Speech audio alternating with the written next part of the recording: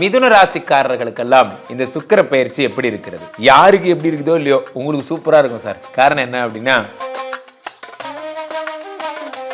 மிதுன ராசிக்காரர்கள் ரிஸ்க் எடுக்கிற நேரம் 5 கூடிய உச்சமாகும் பொழுது நீங்க பார்த்துட்டு இருக்கிற 50 ரூபா சம்பளத்தை விட்டுட்டு ஒரு பெரிய ஜேர்னிக்கு போறீங்க. அந்த ஜேர்னிக்கு போறதுக்கு உங்களுடைய சிறகுகளை தயார் செய்து கொள்ளுங்கள், ஒரு கழுகை போல. உங்களை முதல்ல நீங்க நம்புங்க. 5 குடைவன் உச்சமடைகிறான், பெரிய இன்வெஸ்ட்மெண்ட் வருது குருஜி, நான் பண்ணலாமா? ஹோட்டல் ரெஸ்டாரண்ட் எடுத்து பண்ண சொல்றாங்க, நான் பண்ணலாமா? பண்ணுங்க சார், தைரியமா பண்ணுங்க, நான் ஜெயிப்பேன்னு சொல்லுங்க. மிதுன ராசிக்காரர்களுக்கெல்லாம் 5 குடைவன் உச்சமாகும் பொழுது மாபெரும் யோகங்கள் என்பவை கிடைக்கிறது. தைரியமா ரிஸ்க் எடுங்க, இது உங்களுக்கான மாதம். பணம் உங்களுக்கு தைரியமா போடுங்க, உங்களுக்கான தொழிலை உருவாக்குங்க. நீங்க தான் அந்த ஆர்த்தரப்பிரனர்மாங்களே, அந்த மாதிரி நீங்க தான் அடுத்த முதல்.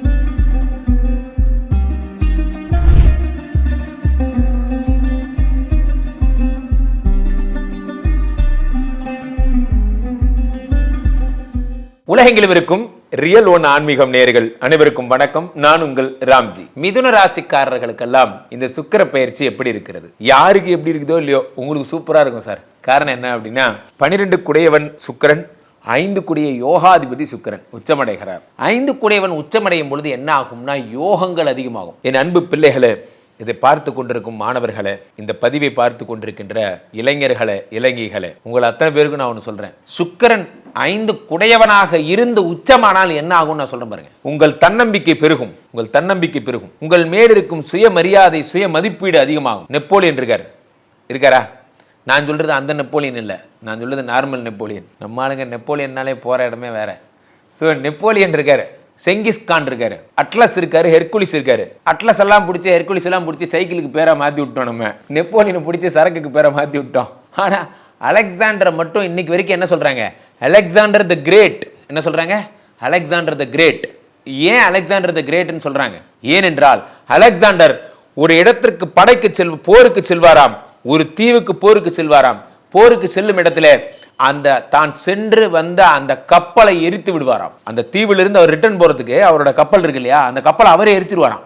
ஒன்னு இந்த ஊரை நான் ஜெயிச்சுட்டு இவன் கப்பல்ல போகணும், இல்ல இங்கேயே நான் செத்து போகணும். அதனாலதான் அலெக்சாண்டர் த கிரேட். உங்கள் திறமையின் மீது கொண்ட நம்பிக்கை நல்லா புரிஞ்சுக்கோங்க.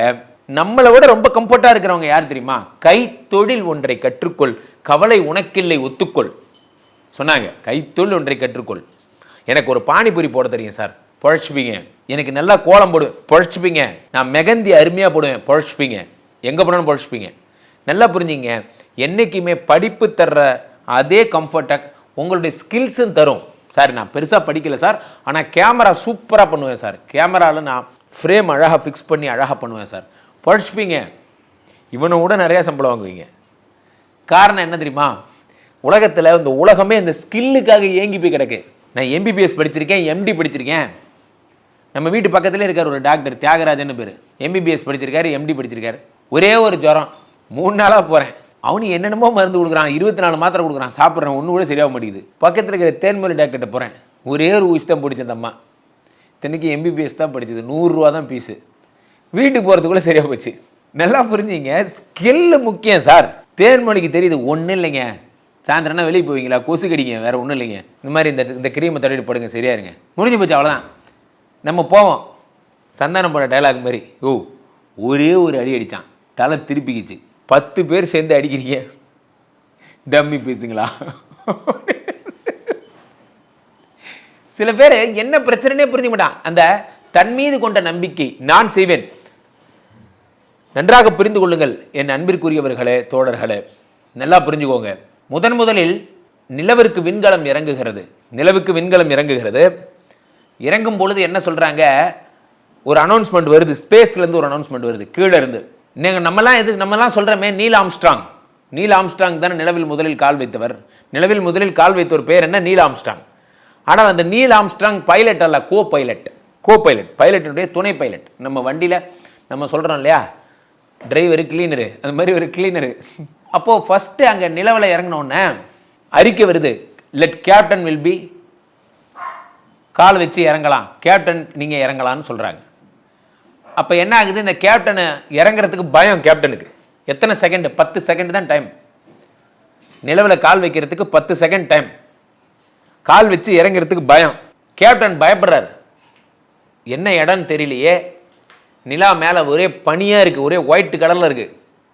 ஒருவேளை காலை வச்சு அந்த நிலா நம்மளை உள்ளே இழுத்து சுவாகா பண்ணிடுச்சுன்னா, பிடிச்சி முழுங்கிருச்சுன்னா நம்ம சாக வேண்டியது தான்.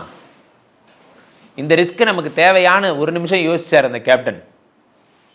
அடுத்த அனௌன்ஸ்மெண்ட் வருது, let co pilot will be, நீங்கள் கோ பைலட் இறங்கலாம் என்று சொல்லுகிறார்கள். அப்போ என்ன பண்ணுறாரு, நீல் ஆம்ஸ்ட்ராங் தான் அந்த கோ பைலட். அவர் இறங்குகிறார், இறங்கி காலை வைக்கிறார். இன்று அளவில் நீல் ஆம்ஸ்ட்ராங்க்கு அப்புறம் 100 பேர் வச்சுட்டாங்க, நிலவில் கால் வச்சுட்டான். ஆனால் நிலவில் கால் வைத்த முதல் ஆள் யாருன்னா நீல் ஆம்ஸ்ட்ராங் தான். நாம் எடுக்கின்ற ரிஸ்க் இருக்கு பார்த்தீங்களா, அந்த ரிஸ்க் நமக்கு ப்ராஃபிட்டபிலிட்டியாக இருக்கா? சரியான நேரத்தில் ரிஸ்க் எடுக்க பயப்படக்கூடாதுங்கிறான். எதுக்கு பயப்படுறீங்க? ரிஸ்கை தைரியமாக எடுங்க, ரிஸ்கை தைரியமாக எடுங்க. மிதுன ராசிக்காரர்கள் ரிஸ்க் எடுக்கிற நேரம் 5 கூடியவன் உச்சமாகும் பொழுது நீங்கள் பார்த்துட்டு இருக்கிற 50 ரூபா சம்பளத்தை விட்டுட்டு ஒரு பெரிய ஜேர்னிக்கு போக போறீங்க. அந்த ஜேர்னிக்கு போகிறதுக்கு உங்களுடைய சிறகுகளை தயார் செய்து கொள்ளுங்கள். ஒரு கழுகை போல. நல்லா படிச்சிருப்பீங்க, 40 வயதுக்கு அப்புறம் கழுகு பார்த்தீங்கன்னா தன்னுடைய மூக்கை அதே உடச்சிக்கும், தன்னுடைய சிறகை அதே உடச்சிக்கும். 1 வருஷம் அதனுடைய டிரான்சிஷன் பீரியடு தலைமறைவாக இருக்கும். 1 வருஷம் கழித்து அந்த கழுகு வரும், ராம்ஜி மாதிரி. 1 வருஷம் கழித்து அந்த கழுகு ஒரு கம்பேக் கொடுக்கும். எப்படி திரும்ப கொடுக்கும் கம்பேக்கு? அப்படி கொடுக்கும். அந்த மாதிரி உங்களை முதல்ல நீங்கள் நம்புங்க. 5 குடைவன் உச்சமடைகிறான். பெரிய இன்வெஸ்ட்மெண்ட் வருது குருஜி, நான் பண்ணலாமா? ஹோட்டல் ரெஸ்டாரண்ட் எடுத்து பண்ண சொல்கிறாங்க, நான் பண்ணலாமா? பண்ணுங்க சார், தைரியமாக பண்ணுங்க, நான் ஜெயிப்பேன்னு சொல்லுங்க. உங்களை யாராவது வந்து இன்வெஸ்ட்மெண்ட் பண்ண சொன்னாங்கன்னா, சரிங்க பார்க்கலாம், நான் மோதி பார்க்குறேன், நான் ட்ரை பண்ணி பார்க்குறேன், நடந்தால் நடக்கட்டும், நடக்காட்டி போட்டு, இப்படிலாம் பேசாதீங்க சார். கொடுங்க சார். நான் ஃபஸ்ட்டு சொன்னது தான். என்ன பண்ணுறோம்? தட்டுறோம், தூக்குறோம். கொடுங்க சார், தட்டுறோம், தூக்குறோம். நம்ம பண்ணுறோம், நம்மளால் முடியும் என்று சொல்லுங்க. ஸோ அப்போ மிதுன ராசிக்காரர்களுக்கெல்லாம் 5 குடைவன் உச்சமாகும் பொழுது மாபெரும் யோகங்கள் என்பவை கிடைக்கிறது.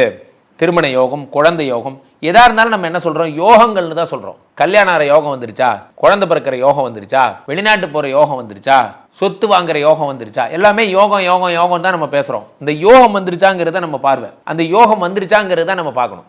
இந்த யோகம் எப்பொழுது வருகிறது, இந்த யோகத்தை நீங்க எப்படி அனுபவிக்கிறீங்க என்பதில் தான் இருக்கு எல்லாமே. ஸோ மிதுன ராசிக்காரர்கள் you are enjoying, you are going to enjoying the யோகம். நான் சொல்றேன், நீல் ஆம்ஸ்ட்ராங் அதெல்லாம் உங்களுக்கு அதான் சொன்னேன். தைரியமாக ரிஸ்க் எடுங்க, இது உங்களுக்கான மாதம். பணம் உங்களுக்கு தைரியமாக போடுங்க, உங்களுக்கான தொழிலை உருவாக்குங்க. நீங்கள் தான் அந்த ஆர்த்தரப்பிரணர்மாங்களே, அந்த மாதிரி நீங்கள் தான் அடுத்த முதலாளி, ஜெயிக்க போறீங்க. தொடர்ந்து பேசலாம். கீழே போயிட்டு இருக்க நம்பருக்கு ஃபோன் பண்ணுங்க. மீண்டும் ஒரு நல்ல பதிவில் சந்திப்போம். நன்றி, வணக்கம்.